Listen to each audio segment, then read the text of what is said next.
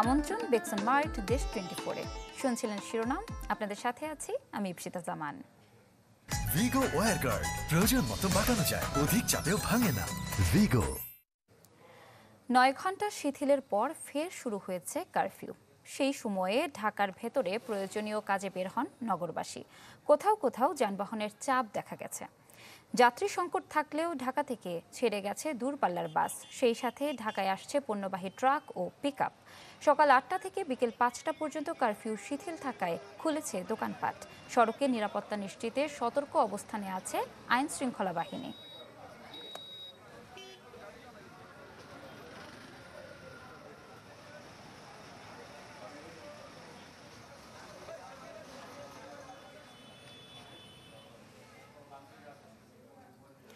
বরিশালের কারফিউয়ের পরিস্থিতি জানাতে সরাসরি যোগ দিচ্ছেন আমাদের সহকর্মী কাউসার হোসেন রানা।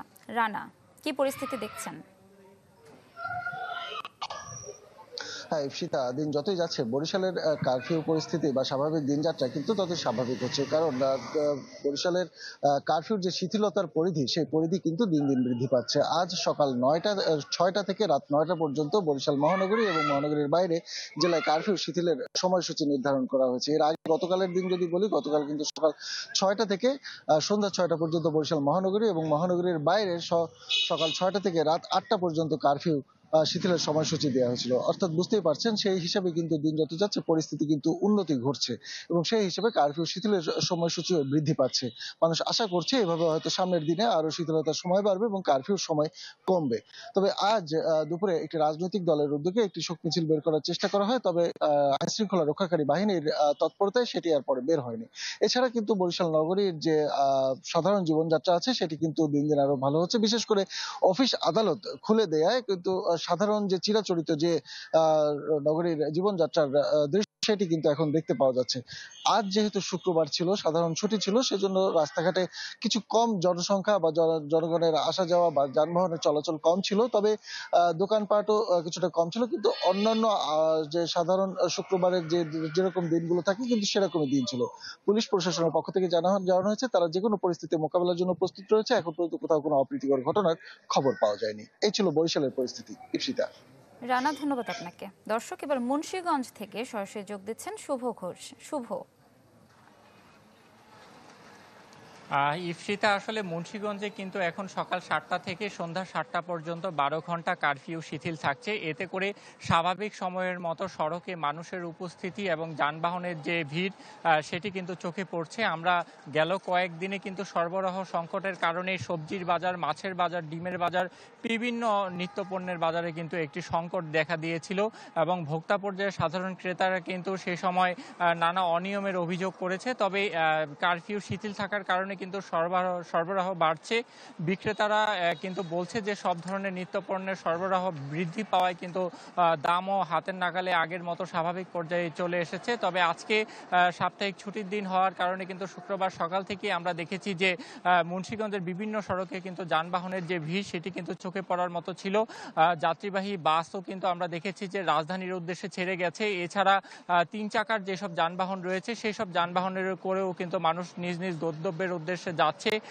এখানকার স্থানীয় মানুষের যে মন্তব্য, তারা বলছে যে গত কয়েকদিনের যে অস্থিতিশীল পরিস্থিতি সেটি কাটিয়ে কিন্তু স্বস্তি ফিরেছে মানুষের মধ্যে, যে কারণে আইন শৃঙ্খলা বাহিনীর যে কয়েক স্তরের নিরাপত্তা ব্যবস্থা, পুলিশ, বিজিবি, পাশাপাশি সেনাবাহিনীর সদস্যরাও কিন্তু বিভিন্ন পয়েন্টে কাজ করছে। বিশেষ করে সরকারি যেসব প্রতিষ্ঠান রয়েছে সেসব প্রতিষ্ঠানের গুরুত্বপূর্ণ বিবেচনায় কিন্তু সেখানেও কিন্তু নিরাপত্তা ব্যবস্থা জোরদার করা হয়েছে।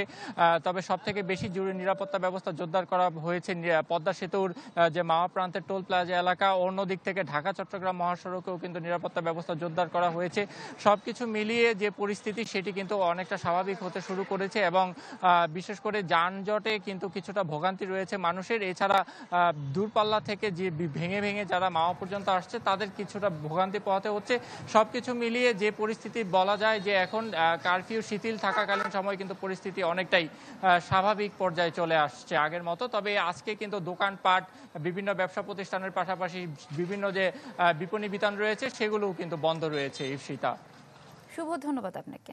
দর্শক, বরিশাল ও মুন্সিগঞ্জ থেকে যুক্ত হয়ে কারফিউয়ের পরিস্থিতি জানাচ্ছিলেন আমাদের সহকর্মীরা। নাশকতার আগুনে পুড়ে ছাই নারায়ণগঞ্জের বহু স্থাপনা। ভাঙচুর চালানো হয় সরকারি 8টি সহ অর্ধ শতাধিক বেসরকারি প্রতিষ্ঠানে। এতে ক্ষতি হয়েছে শত কোটি টাকার বেশি। এ ঘটনায় জড়িতদের ধরতে কাজ করছে আইন শৃঙ্খলা বাহিনী। গেল কয়েকদিনের সহিংসতায় নারায়ণগঞ্জ যেন এক বিধ্বস্ত নগরী। 19 জুলাই রাতে সাইনবোর্ড এলাকায় জেলা পাসপোর্টের আঞ্চলিক কার্যালয়ে আগুন দেয় দুর্বৃত্তরা। এতে পুড়েছে 8000 পাসপোর্ট ও সার্ভার। ভাঙচুর, লুট করা হয়েছে ল্যাপটপ ও অফিসের মালামাল। এই অফিসে সবে ফোরা গেছে, মানে এই আসবাবপত্র, কম্পিউটার হইতে সার্ভার হইতে সবে ফোরা গেছে, কিছু বাকি নেই। একটা কম্পিউটার, এসি যা বলেন, জেনারেটর রুম, কিছু বাকি নেই। মানে সোজা কথা, শুধু ইটটি বাকি আছে। পুলিশের 6টি গাড়ি, 6 থেকে 7টি মোটরসাইকেল, সরকারি এবং ব্যক্তিগত গাড়ি, আমাদের কম্পিউটার, ল্যাপটপ, মামলার সকল নথি, রেজিস্টার, আমাদের যত ফাইল ক্যাবিনেট, চেয়ার টেবিল, সরকারি যত মালামাল একদম পুরো ভস্মীভূত করে দিয়েছে। জেলার বিভিন্ন গুরুত্বপূর্ণ স্থানেও চলে দুর্বৃত্তের হামলা। ছোট বড় মিলিয়ে ক্ষতিগ্রস্ত হয় অসংখ্য প্রতিষ্ঠান, বাদ যায়নি হাসপাতালও। আমার এটা ছিল ফিজিওথেরাপি সেন্টার, এখানে পুইরা সব ছাই, কিছু নাই।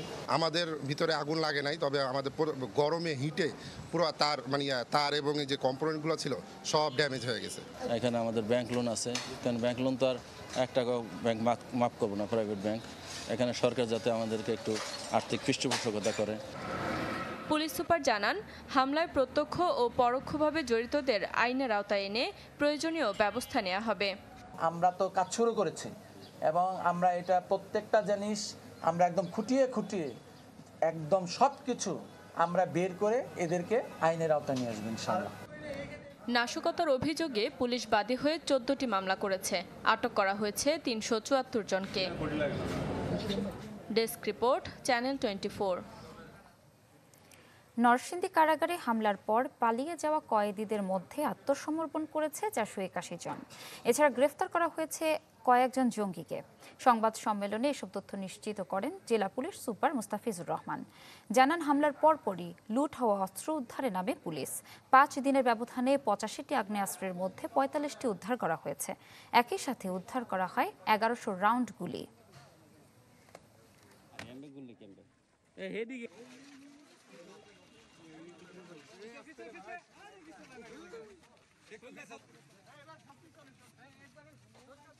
কয়েকজনকে অস্ত্র সহ গ্রেপ্তার করেছে, আর একটি বড় অংশ আমরা বিভিন্ন সোর্সিং এর মাধ্যমে আপনাদের সহায়তায় আমরা এগুলো উদ্ধার করেছি। 85টি আগ্নেয় অস্ত্র, তারপরে এই 826 জন কয়েদিকে তারা নিয়ে যায়। তো আমরা জেলা থেকে এ পর্যন্ত 85টি আগ্নেয়াস্ত্রের মধ্যে 45টি আগ্নেয়াস্ত্র উদ্ধার করতে সক্ষম হয়েছে। দেখছেন মার্ট, দেশ 24-এ নিচ্ছে একটা বিরতি, ফিরছে একটু পরেই, সাথেই থাকুন।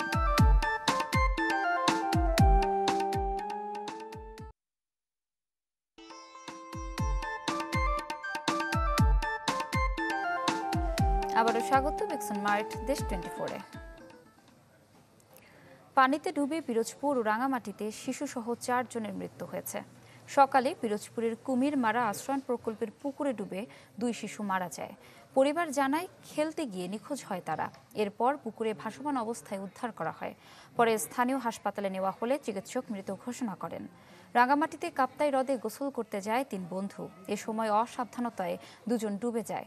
পরে তাদের উদ্ধার করে হাসপাতালে নেওয়া হলেও বাঁচানো যায়নি।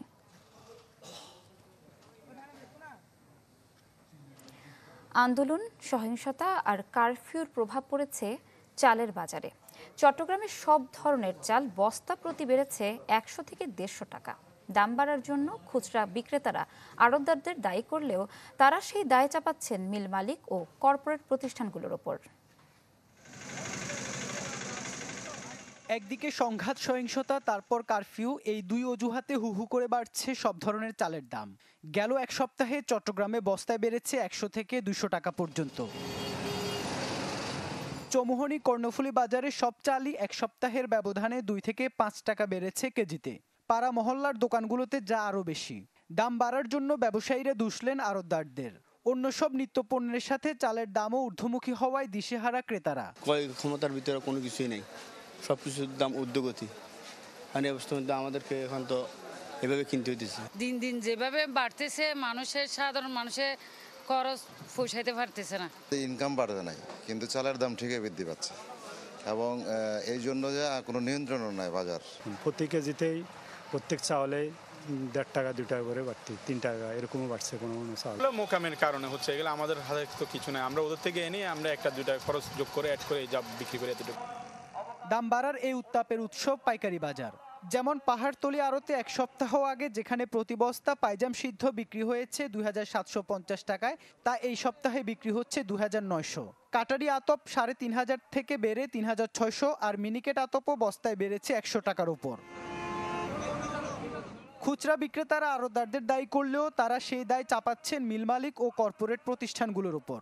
পাশাপাশি কারফিউ এবং কয়েকদিনের অস্থিরতায় উত্তরবঙ্গ থেকে তেমন একটা গাড়ি না আসায় সংকট দেখা দিয়েছে বলেও দাবি তাদের। এদের স্টক আছে, স্টকের কারণে এরা বলতেছে এখন ধানের দাম বেশি করে আপনার চালের দাম বাড়াই দিছে। গত 10 দিনে যেসব গাড়িগুলো আসতেছে, এটা গাড়ি ভাড়াও বাড়তি এবং ধরেন চালের দামও বাড়তি, যার প্রভাবটা আমাদের চাউলের বাজারে পড়ছে। যেখানে 100 গাড়ি, এখানে আমরা 3 গাড়ি আসছে, তো এখানে একটা সংকীর্ণতা দেখা দিচ্ছে। আমাদের যে রাইস মিল লেভেল থেকে যে প্রোগ্রামটা, এটা আপাতত স্টপ রাখতে হবে। দ্বিতীয় হলো যে যারা ধান চাউল স্টক করছে তাদের প্রতি নজরদারি রাখতে হবে। যে কোনো অজুহাতে যেন চালের বাজার আরও অস্থির না হয়, সেজন্য কঠোর নজরদারির দাবি ভোক্তাদের। ইবেন মির, চ্যানেল 24, চট্টগ্রাম। দেখছেন মার্ট, দেশ 24-এ নিচ্ছি আরও একটি বিরতি, ফিরছি একটু পরে।